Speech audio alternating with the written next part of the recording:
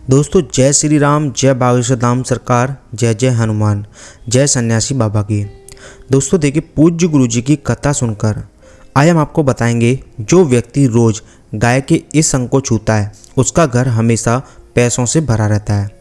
दोस्तों पूज्य गुरु जी पंडित धीरेन्द्र के शास्त्री जी बागेश्वर धाम सरकार द्वारा गाय के कुछ उपाय बताए गए हैं, जिन्हें हम आपको काफ़ी अच्छे से इस वीडियो के माध्यम से समझाने की कोशिश करेंगे।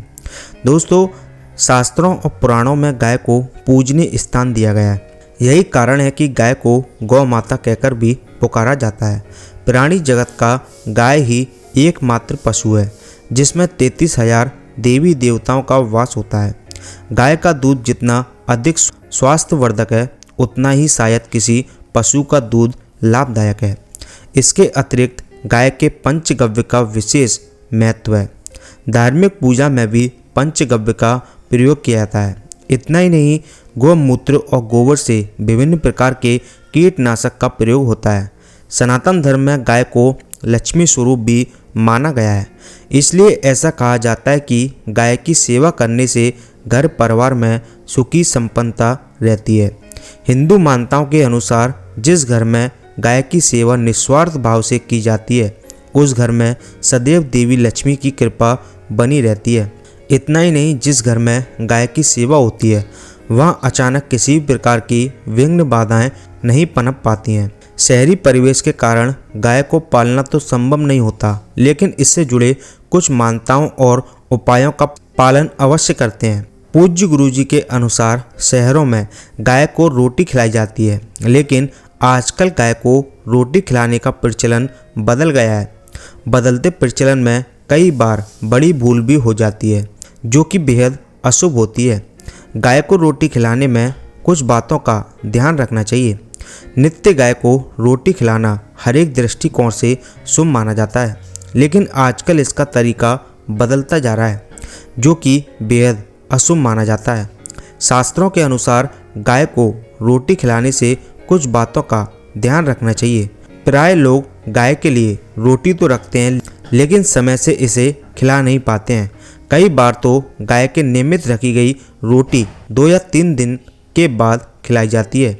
गाय के लिए रखी गई रोटी को जब कुछ दिनों के अंतराल के बाद खिलाई जाती है तो ऐसी स्थिति में घर की बदहाली, दुख और विपत्तियों का साया मंडराने लगता है। ऐसी स्थिति में यह सदैव ध्यान रखना चाहिए कि गाय को खिलाने के लिए जो रोटी रखी गई है वह बासी ना हो।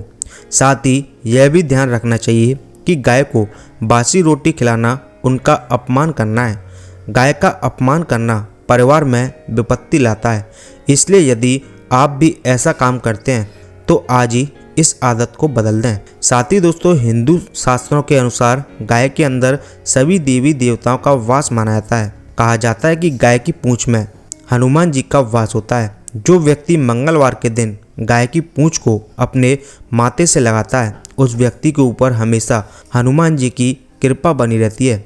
वास्तु के हिसाब से गाय घर और परिवार में सुख, सौभाग्य, शांति और प्रेम को लेकर आती है, इसलिए घर में इसका होना मंगलकारी है।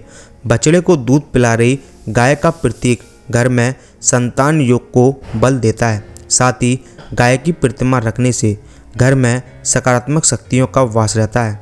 घर का निर्माण कर रहे हैं तो निर्माण स्थल पर बछड़े वाली गाय को लाकर बांध सकते हैं। ऐसा करने से जमीन का वास्तु दोष दूर हो जाएगा। घर में अगर गाय का प्रतीक रखना चाहते हैं तो ध्यान रखें कि वो दक्षिण पूर्व जोन में न रखा जाए। इस दिशा में रखा गया प्रतीक मन को परेशान और अस्थिर रखता है। किसी भी मंगल कार्य से पहले गाय के गोबर से घर आंगन को लीपना लाभकारी है। इसके अलावा जब भी घर में कोई पूजा पाठ या धार्मिक आयोजन हो तो पंचामृत बनाने के लिए गाय के दूध का ही उपयोग किया जाना चाहिए। गाय में 33 कोटि देवी देवताओं का वास होता है। गाय के सींग में महादेव और भगवान विष्णु का वास होता है। कहा जाता है कि जो व्यक्ति सोमवार के दिन गाय के सींग को छूकर जो भी मनोकामना मांगता है उसकी सारी मनोकामनाएं पूर्ण हो जाती हैं। साथ ही गाय को रोटी खिलाने से पुण्य की भी प्राप्ति होती है। जो व्यक्ति हर रोज गाय को रोटी में गुड़ रखकर खिलाता है उसके ऊपर माँ लक्ष्मी की कृपा बनी रहती है।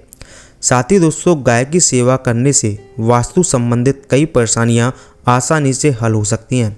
गाय के गोबर से बने उबलों से प्रतिदिन घर, मंदिर व दुकान में धूप करने से वातावरण शुद्ध होता है और सकारात्मक ऊर्जा का संचार होता है। गौ माता की पीठ पर कूबड़ होता है। शास्त्रों के अनुसार कूबड़ में सूर्य केतु नाड़ी होती है। प्रतिदिन गाय की पीठ पर हाथ फेरने से समस्त रोगों का नाश होता है और व्यक्ति स्वस्थ रहता है। जो भी मनुष्य प्रतिदिन गाय की सेवा करता है उसके कार्य में आने वाली सभी विघ्न बाधाएं अपने आप खत्म हो जाती हैं। तो दोस्तों, अगर आपको पूज्य गुरुजी द्वारा बताए गए गाय से जुड़े ये उपाय अच्छे लगे हों तो इन्हें ज़्यादा से ज़्यादा लाइक कर दें, शेयर कर दें और नीचे कमेंट बॉक्स में सच्चे मन से जय श्री राम, जय बागेश्वर धाम सरकार जरूर लिख दें, जिससे कि आपकी हर मनोकामना जल्दी से जल्दी पूरी हो जाए।